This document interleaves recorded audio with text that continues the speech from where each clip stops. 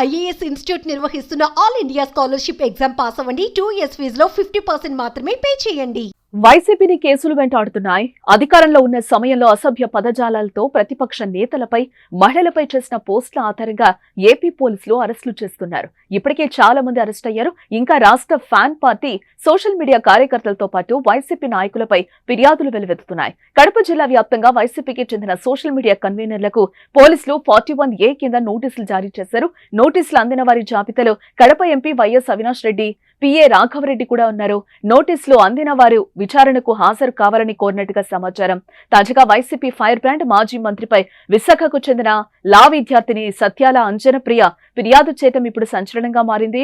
వైఎస్ఆర్సీపీ హయాంలో 5 ఏళ్లుగా కొడాలి నాని పత్రికా ప్రకటనల్లో, అసెంబ్లీ సమావేశాల్లో వాడిన భాషపై అంజనప్రియ ఫిర్యాదు చేశారు.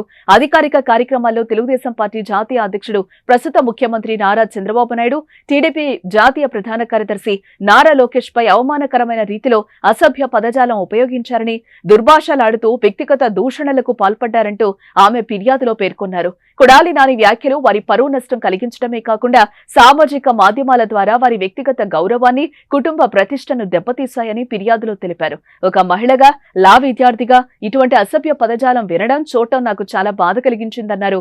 ఇది సమాజంలో యువతపై ప్రతికూల ప్రభావం చూపించడమే కాకుండా ప్రజాస్వామ్య విలువలకు హానికరంగా ఉంటుందన్నారు.